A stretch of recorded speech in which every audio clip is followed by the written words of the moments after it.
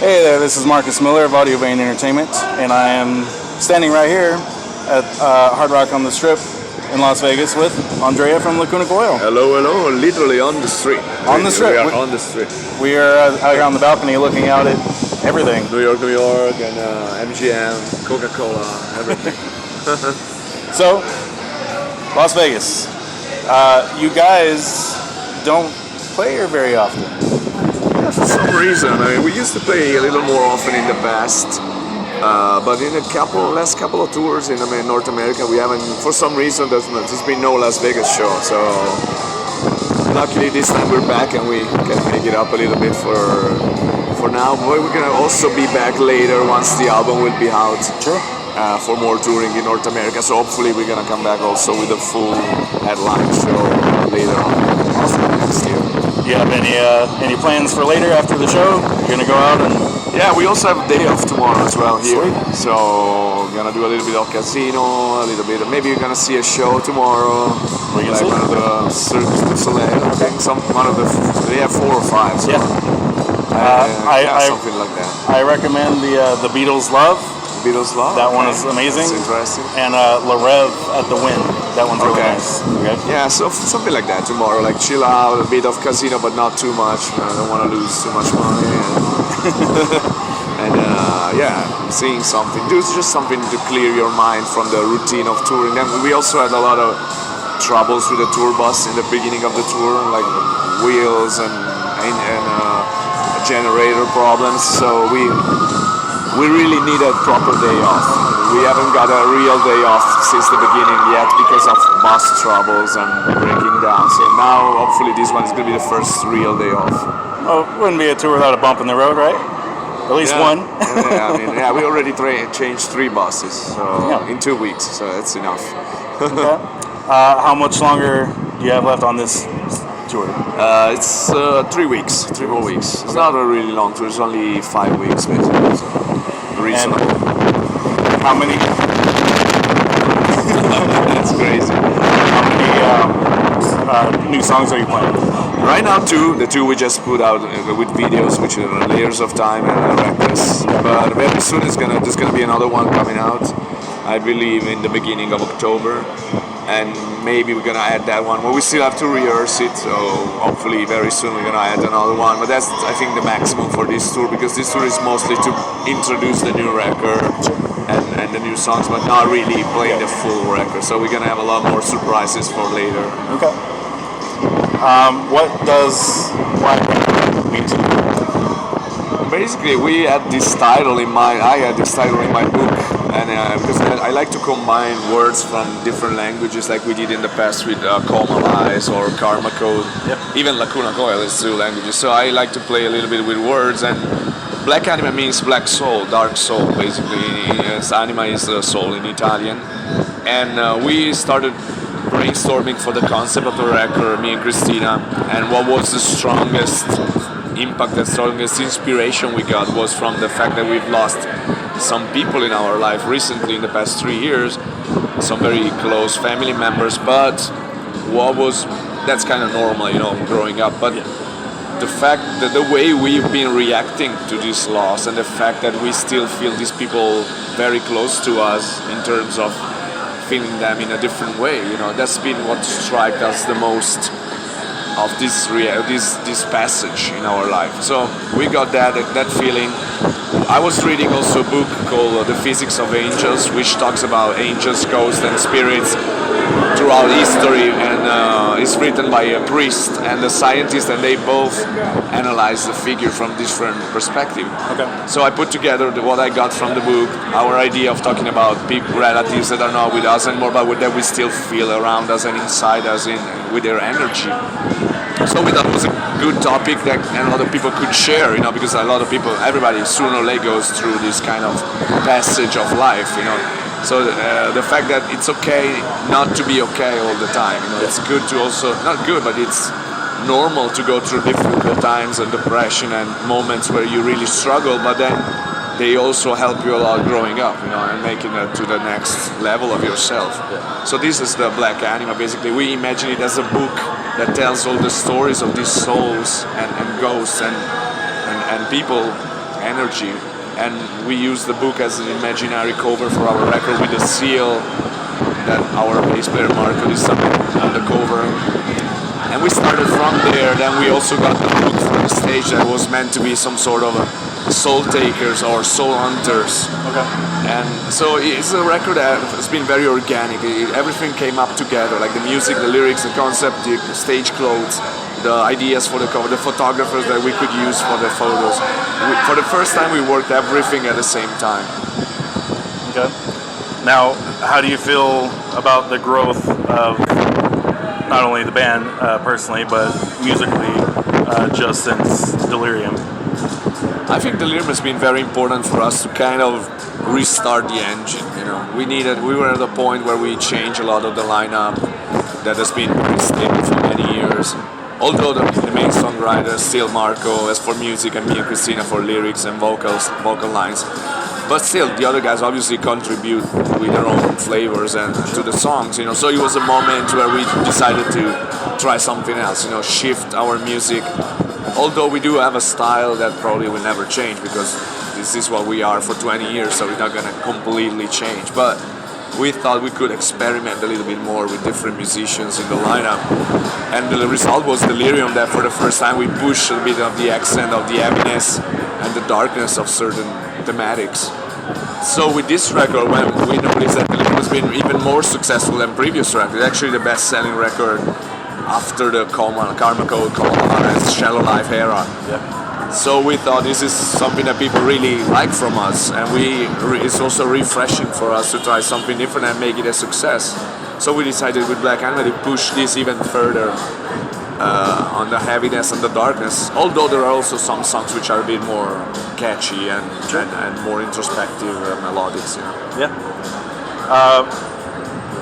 And you know, in some ways, it's unusual for a band that's been around that long to, you know, instead of going more melodic, more mainstream or whatever, you went darker and heavier, and it worked.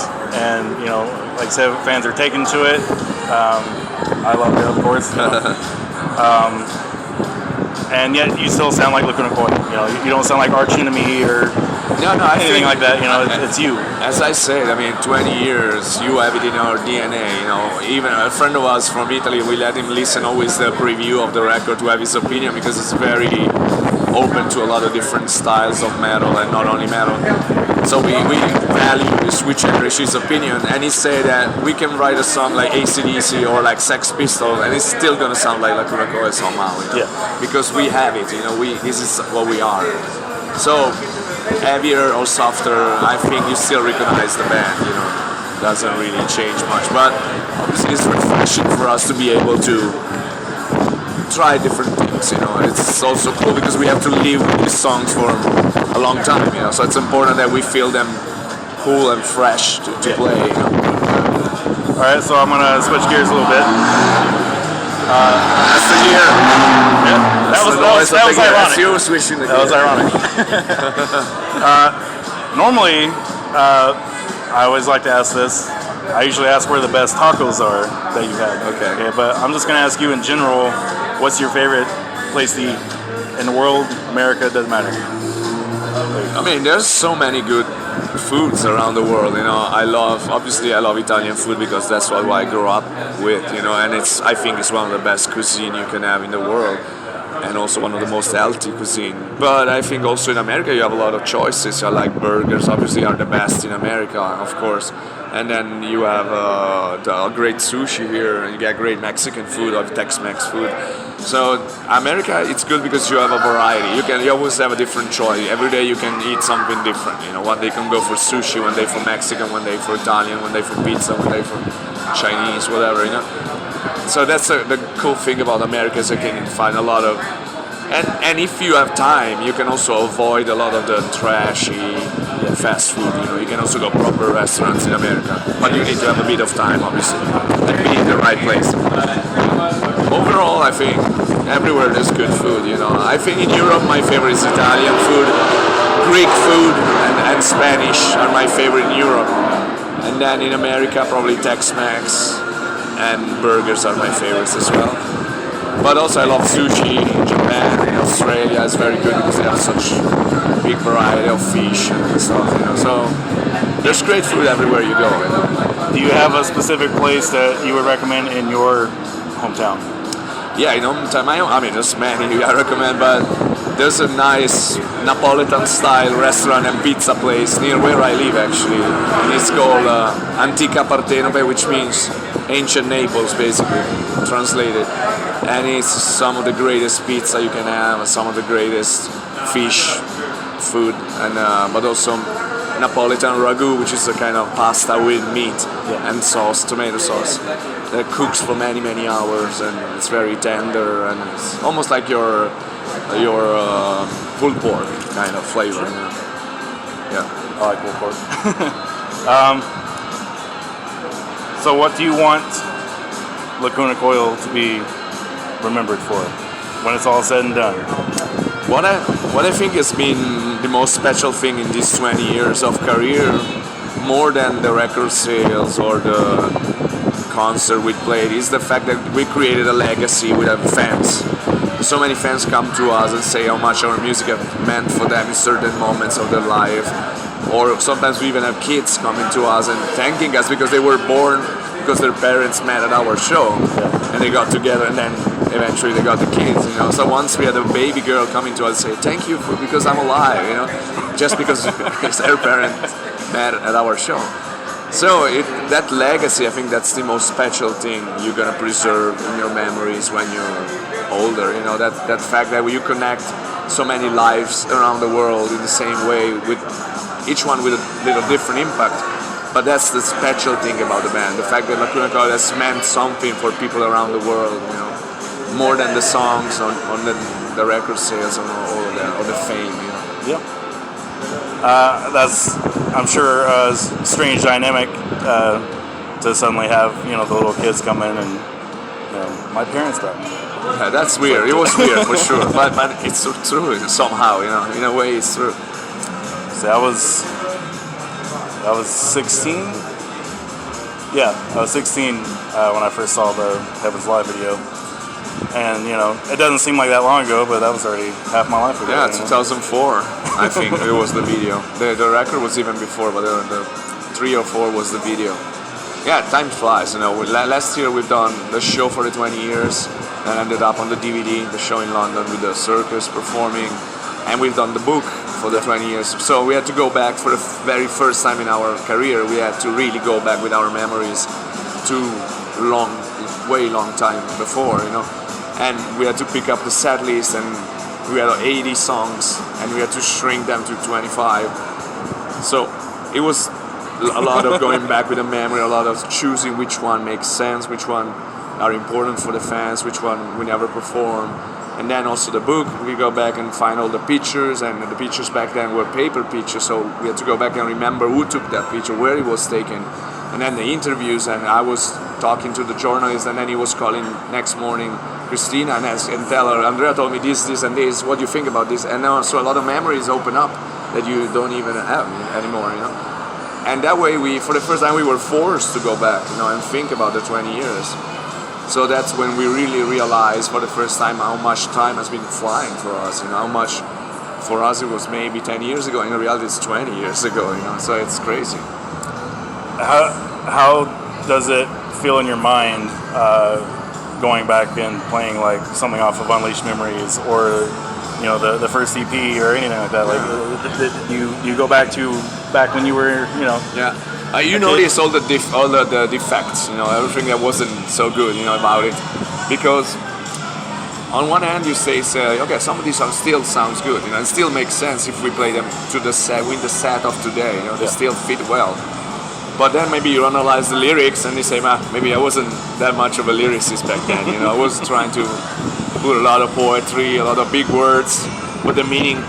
Sometimes I struggle to find the real meaning of those songs, you know, while what we write in the past 4 or 5 albums is a bit more meaningless, I think, because we're more able to not that we didn't have a message before, but just that we learned so much more to express ourselves with English, that obviously it's easier to get the concept out, you know, and don't try to make it precious with some special words, you know, but tell what you want to say in in a way that people really connect to the lyrics. So that, going back, you say, oh, we were already enough of good songwriters, but maybe not so much lyricists, you know. Have you ever thought about doing an Italian-only album? Or an EP? Not an Italian only, because Italian language is really good and for melodic songs, but not as good for harder songs. So, due to the direction we've been taking as a band, it's hard to put Italian. Sometimes if we can, we're not against doing it. But the full album, I see it hard to do, you know. Maybe if it was an acoustic album or something like that. I'm not excluding it. I'm not excluding we do something else in the future. It's just not right now. Not right now, yeah. Okay. Who have you not toured with that you absolutely want to? Rammstein, Metallica. I mean, there's so many, but those are two of the big ones that we would like to tour with for sure. I would like to tour again with Rob Zombie because we had such a great time with him. So it's always a good tour. But I mean, there's many, as I say. Those two are the two that we really love to, Rammstein and Metallica. Rammstein and Lacuna would be fucking badass. It's not easy to play with those bands, obviously, but it would be cool, I think. Yeah. Do you have anything else you would like to say? No, I mean, I hope everybody's going to check out Black Anima, the new record. It's coming out soon in October 11th. And for me, it's quite a complete record with certain variety of songs.